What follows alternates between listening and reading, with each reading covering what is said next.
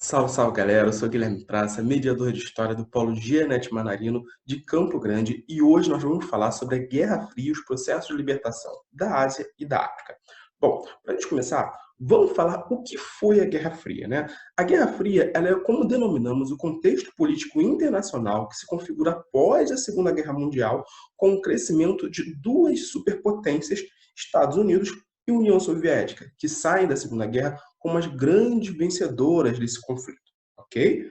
Bom, esses dois países jamais entraram em um conflito direto, mas travaram uma grande disputa no campo político e ideológico pela difusão de suas ideias e a conquista de zonas de influência durante todo esse período que a gente considera como a chamada Guerra Fria, beleza? Então, nesse cenário de disputas, construiu-se o que ficou conhecido como um mundo bipolar, dividido entre um bloco capitalista, liderado pelos Estados Unidos, e um bloco socialista, liderado pela União Soviética, ok? Bom, mas vamos lá. Já que a gente está falando de um período da história do século XX, por que a gente está falando aqui de um período que se inicia em 1947 e termina em 1991, com o fim da União Soviética? A gente está escolhendo esse marco temporal porque 1947 é o ano que o presidente dos Estados Unidos, Harry Truman, na época, faz um discurso posicionando os Estados Unidos frente a essa nova ordem política global, frente a esse mundo bipolar, onde ele vai falar que existiam dois modos de vida. Um modo de vida da liberdade, um modo de vida da democracia, que ele associa aos Estados Unidos, e um modo de vida do totalitarismo, um modo de vida onde uma minoria, que ele vai dizer, se opõe, né, pressiona, força de forma violenta uma maioria, que associa ao socialismo. E ele vai dizer nesse discurso que os Estados Unidos se posicionariam frente à liberdade, apoiando os povos livres que quisessem manter sua liberdade diante dessa tal ameaça que surgia. Bom, esse discurso ele vai ser muito impactante e para muitos historiadores vai significar, vai simbolizar o início desse período da Guerra Fria. Só que esse discurso também ele tem alguns pontos aí que a gente pode questionar a própria fala do Harry Truman quando a gente observa as principais características desse período e quando a gente observa a atuação dos Estados Unidos nessa fase, né? Se a gente parar para pensar que os Estados Unidos era assim, um país que estava lutando pela liberdade, que a gente estava lutando, né, pela democracia em outros países, se a gente olhar mais próximo, se a gente olhar alguns casos bem específicos, a gente começa a questionar as palavras do Harry Truman, porque os Estados Unidos eles vão usar muito da violência, vão usar muito da opressão também e vão usar muito, né, de ditaduras, ok? Vão usar muito de censura para poder justamente difundir os seus ideais capitalistas. Então, esse pensamento dentro dessa proposta do Harry Truman de luta pela liberdade, né, de salvar os países que se sentiam oprimidos, ele na verdade não era bem assim. Bom, mas vamos destrinchar um pouquinho melhor essa questão da Guerra Fria para a gente entender um pouco mais o que foi isso, quais foram as características desse período histórico, tá? E por que, né, que os Estados Unidos usou tanta violência assim em muitos casos. Vamos lá. Para a gente começar, vale a pena destacar que um dos grandes símbolos desse mundo bipolar que estava se configurando a partir da Segunda Guerra Mundial, no século XX, foi a divisão da Alemanha em 49 em dois países. De um lado, torna a República Democrática Alemã, que era um país socialista, e do outro a gente vai ter a capitalista República Federal da Alemanha, dividida fisicamente pelo Muro de Berlim. E vale a pena lembrar que já na Segunda Guerra Mundial, no finalzinho, pela Conferência de Potsdam, a Alemanha já havia sido dividida, fragmentada em 1945, em duas zonas de influência. De um lado, uma zona de influência capitalista, dividida entre Estados Unidos, Inglaterra e França, e do outro, uma zona de influência da União Soviética, uma zona de influência socialista. Então, conforme a Guerra Fria vai passando, conforme o século XX vai passando, essa divisão ela vai se aprofundando cada vez mais, até que é criada o próprio Muro de Berlim, né, que é justamente uma divisão já física, simbolizando bastante esse mundo bipolar, ok? Bom, outras características que a gente pode citar também nesse período são os conflitos indiretos, né? Como já afirmamos, tanto os Estados Unidos quanto a União Soviética nunca entraram em conflito armado direto. Mas, em compensação, eles passaram anos por disputas indiretas através de zonas de influência, através de conquistas de territórios, né, com suas ideologias, com suas propagandas, o que foi muito importante para a Guerra Fria. Então, vamos citar agora alguns casos que podem ser importantes para o seu vestibular, como, por exemplo, A corrida armamentista, né, que foi responsável pela criação de armas de destruição em massa, onde Estados Unidos e União Soviética disputavam quem construíam as maiores armas. Nós temos nesse período também a corrida espacial, para ver quem chegava primeiro no espaço, quem mandava os primeiros satélites, os primeiros homens, né, e foi responsável pelo desenvolvimento de muitas tecnologias de ponta nesse período. Nós vamos ter também algumas alianças militares e alguns planos econômicos muito importantes para os dois lados. Por exemplo, do lado capitalista, nós vamos ter a criação do Plano Marshall, que vai ser uma ajuda econômica aos países da Europa, que os Estados Unidos vai fazer empréstimos a juros baixos para que os países europeus pudessem se recuperar após a Segunda Guerra Mundial e evitassem aquela ameaça do socialismo. Enquanto do lado socialista, a União Soviética vai liderar a chamada Comecon, né, que é a construção de um mercado unificado, de um mercado comum entre os países socialistas, para que eles também pudessem se desenvolver economicamente.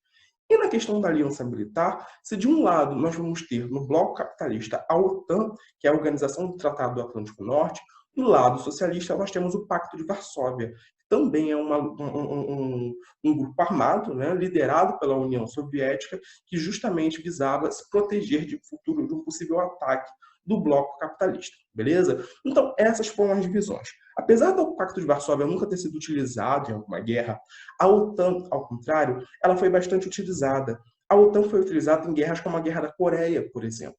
E isso demonstra algumas características específicas do próprio comportamento dos Estados Unidos e da União Soviética frente a uma questão que estava também muito em alta nesse período, que é a questão das libertações coloniais.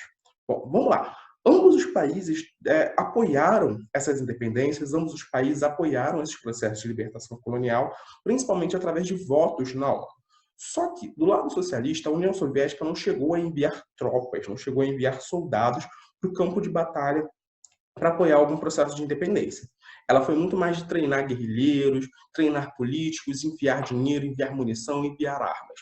Enquanto os Estados Unidos, por outro lado, esse sim foi muito mais intervencionista, né? Foi muito mais de enviar tropas, enviar soldados, por exemplo, para o Vietnã, né, para poder combater o Vietnã do Norte e evitar a difusão do socialismo naquela região, de enviar tropas da OTAN para a Coreia, né, para também combater o expansionismo da Coreia do Norte, ok? Apoiou muitas ditaduras militares na América, justamente para evitar que grupos guerrilheiros, né, que revoluções acontecessem, como foi a Revolução Cubana. Então, eles acabaram sendo muito mais intervencionistas nesse ponto. Nesse mapa que eu disponibilizo aqui para vocês podem até perceber as zonas de influência, né, desses dois países, desses dois blocos, espalhados tanto pelo Ocidente, com uma zona de influência muito grande dos Estados Unidos na América, em alguns territórios da África e na Europa, e, por outro lado, a União Soviética, né, com grande controle aqui de parte do território asiático, com grande influência de parte do território asiático e em algumas regiões na África, beleza? Bom, para a gente terminar, vale a pena a gente dar uma olhada numa questão da reaplicação do Enem de 2013, que é uma questão que diz o seguinte: embora o aspecto mais óbvio da Guerra Fria fosse o confronto militar e cada vez mais frenética a corrida armamentista, não foi esse seu grande impacto. As armas nucleares nunca foram usadas, muito óbvias foram as consequências políticas da Guerra Fria. É um textinho, um fragmento do Hobsbawm, e o enunciado fala assim: o conflito entre as superpotências teve sua expressão emblemática no letra A, formação do mundo bipolar. Bom, parece ok, né? Como eu falei para vocês, o mundo bipolar foi uma expressão emblemática, né, desse momento da Guerra Fria. Mas vamos ver as outras. B, aceleração da integração regional. Errado, né? A gente teve, pelo contrário, uma desintegração. C, eliminação dos regimes autoritários. Errado também. Como vimos, nós tivemos um aumento dos regimes autoritários. D, difusão do fundamentalismo islâmico? Também não. Nós tivemos, nesse momento, uma difusão do capitalismo e do socialismo. Ou letra E, enfraquecimento dos movimentos nacionalistas? Também errado. Os movimentos nacionalistas se fortificaram nesse movimento, se fortaleceram nesse período, ok? Então, só sobra para a gente, como gabarito, a letra A. Bom, galera, espero que tenham curtido, espero que tenham entendido. Fiquem agora com a aula da professora Larissa, aprofundando mais as lutas de libertação coloniais, ok? Abraços! Olá, pessoal. Eu sou Larissa, mediadora de História do Polo de Miracema e de São Francisco de Itabapoana. E dando continuidade ao tema desta aula, vamos falar sobre os processos de independência na África e na Ásia ao longo do século XX.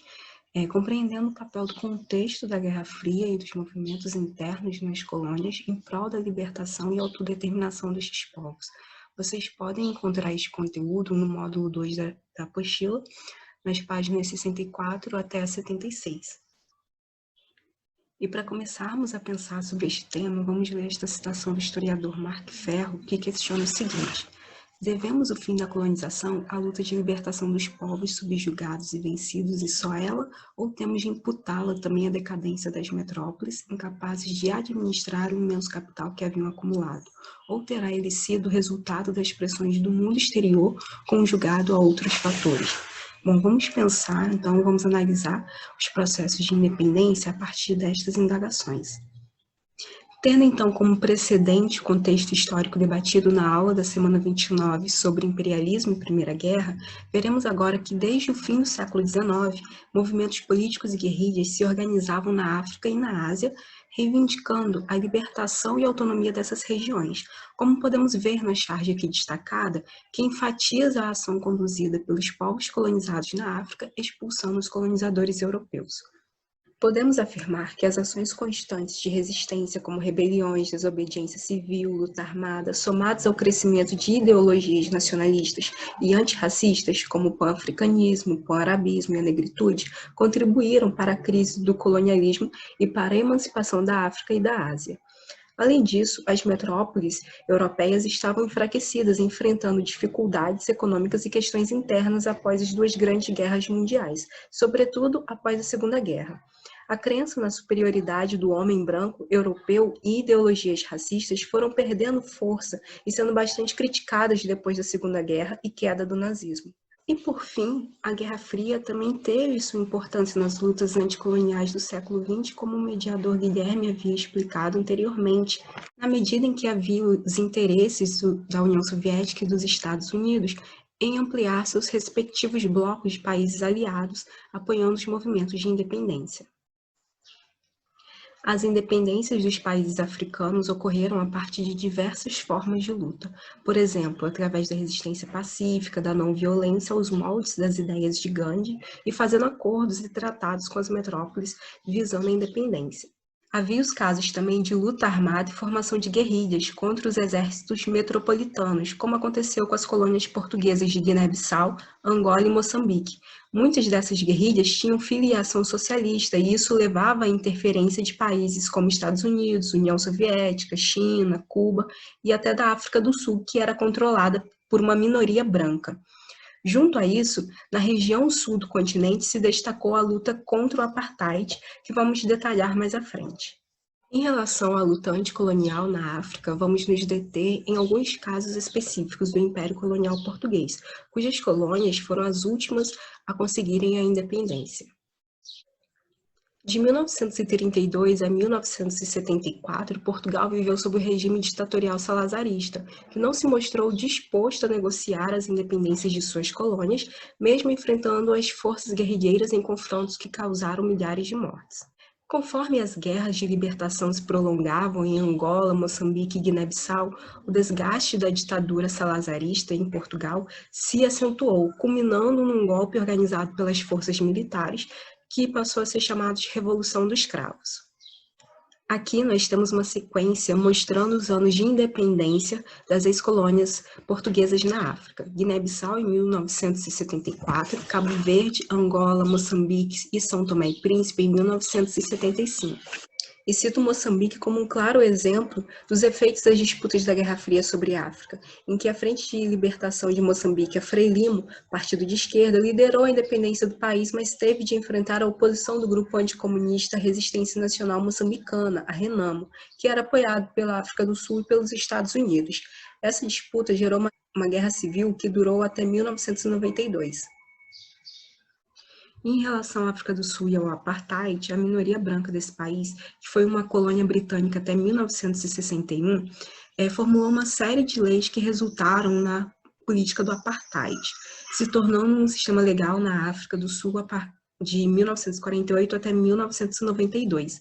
A legislação estabeleceu acessos diferenciados para negros e brancos nas escolas, praias, clubes, ônibus, universidades, proibiu o casamento interracial e limitou o acesso à terra e à participação política às pessoas negras. As primeiras manifestações contra as leis segregacionistas foram organizadas pelo Congresso Nacional Africano, CNA, partido político fundado em 1913, cuja principal liderança foi Nelson Mandela. Em 1962, Mandela foi preso. 2 anos depois, foi julgado e condenado à prisão perpétua. A sua prisão repercutiu o mundo afora. A política racista do apartheid se tornou uma questão internacional, levando ao impedimento da África do Sul em participar dos Jogos Olímpicos de 1972 e a sanções e bloqueios econômicos contra este país. Em 1990, após forte pressão internacional, Mandela foi libertado, e em 1992, um plebiscito determinou o fim do apartheid, e nas eleições do ano seguinte, Mandela foi eleito presidente da África do Sul. Em relação às independências na Ásia, vamos focar no caso da Índia. Antes da independência, o território da Índia correspondia ao que hoje é o Paquistão, Bangladesh, Mianmar e a Índia. Esse território foi de controle da coroa britânica desde 1858. A oposição ao domínio colonial da Inglaterra era realizada pelo Partido do Congresso, fundado em 1885 e dirigido por membros da elite intelectual indiana formada nas universidades britânicas. No contexto de disputas étnicas e políticas em que a parcela muçulmana da população não se sentia representada pelo Partido do Congresso e os mesmos discordavam das crenças hindu, ganhou destaque o advogado indiano chamado de Mahatma Gandhi. Durante os anos de 1920 até 1930, Gandhi tomou a frente da campanha pela independência da Índia, tornando-se a principal liderança do Partido do Congresso. Ele defendia a estratégia de não violência, a resistência pacífica e a não cooperação com os colonizadores ingleses. A população, seguindo a liderança de Gandhi, promoveu greves, jejuns e boicotes aos produtos ingleses, recusando-se também a pagar impostos. Uma das maiores mobilizações lideradas por Gandhi foi a Marcha do Sal em 1930, contra o monopólio britânico sobre a produção do sal. Gandhi e seus apoiadores percorreram quase 400 quilômetros em direção ao mar em forma de protesto. Cerca de 50 mil pessoas, incluindo Gandhi, foram presas sem reagir à violência policial. Devido às enormes pressões dos movimentos indianos contra o colonialismo e o enfraquecimento econômico da Inglaterra após a Segunda Guerra, a coroa britânica reconheceu a independência da Índia em agosto de 1947. Mesmo após a independência, conflitos entre muçulmanos e hindus permaneceram e levaram à divisão do país em 2 estados independentes, a Índia de maioria hindu e o Paquistão de maioria muçulmana, ocupando a região norte e nordeste. Em 1971, o governo indiano apoiou a separação do território oriental do Paquistão, originando um novo país chamado Bangladesh. A Guerra Fria acirrou os conflitos, fazendo com que o Paquistão se aproximasse dos Estados Unidos e a Índia da União Soviética. E nesta disputa, em 1974, a Índia fez seu primeiro teste com uma bomba nuclear e o Paquistão fez o mesmo em 1998. A dominação colonial deixou marcas na África e na Ásia, com alterações econômicas, sociais e culturais, somadas às fronteiras políticas estabelecidas pelos colonizadores, transformando profundamente esses continentes. Então, após as independências, esses países tiveram que enfrentar ainda diversos desafios, como conflitos étnicos e religiosos, guerras civis, interesse das ex-metrópoles em permanecer explorando as riquezas destes territórios, interferindo na autonomia política e econômica dos países, ainda que de forma indireta. E para encerrarmos esta aula, vamos resolver esta questão do Enem 2012, que está na apostila na página 84. O enunciado diz o seguinte: o cartoon, publicado em 1932, ironiza as consequências sociais das constantes prisões de Mahatma Gandhi pelas autoridades britânicas na Índia, demonstrando, letra A ineficiência do sistema judiciário inglês no território indiano. A letra A está errada, porque o próprio enunciado e a charge apontam para a eficiência da aplicação de leis de repressão contra Gandhi e contra a luta por independência. Letra B, o apoio da população hindu à prisão de Gandhi. A letra B também está errada, porque na charge a população hindu é representada com as feições de Gandhi, com o intuito de demonstrar o apoio que ele tinha. A letra C diz: o caráter violento das manifestações hindu frente à ação inglesa. A letra C também está errada, porque tanto a charge quanto o que a gente acabou de estudar, a gente viu que o que predominou no processo de independência da Índia foi a resistência pacífica e o não uso da violência. A letra D diz a impossibilidade de deter o movimento liderado por Gandhi. A letra D está correta, porque o chargista enfatiza a inutilidade da repressão na medida em que o movimento pela independência da Índia só ganhava força e adeptos dos ideais de Gandhi. Então, a letra D está correta. Mas a letra E diz a indiferença das autoridades britânicas frente ao apelo popular hindu. A letra E está errada, né, porque contradiz a própria letra D e ao conteúdo da charge, que mostra o inglês Lord Willingdon, que era vice-rei da Índia, um dilema entre reprimir os protestos, prendendo Gandhi, ou sucumbir às forças das manifestações pela independência. Então é isso, pessoal. Essa foi a nossa aula de hoje. Ativem o sininho, estudem, anotem suas dúvidas e procurem um mediador ou a mediadora de história do seu polo. Tchau, tchau.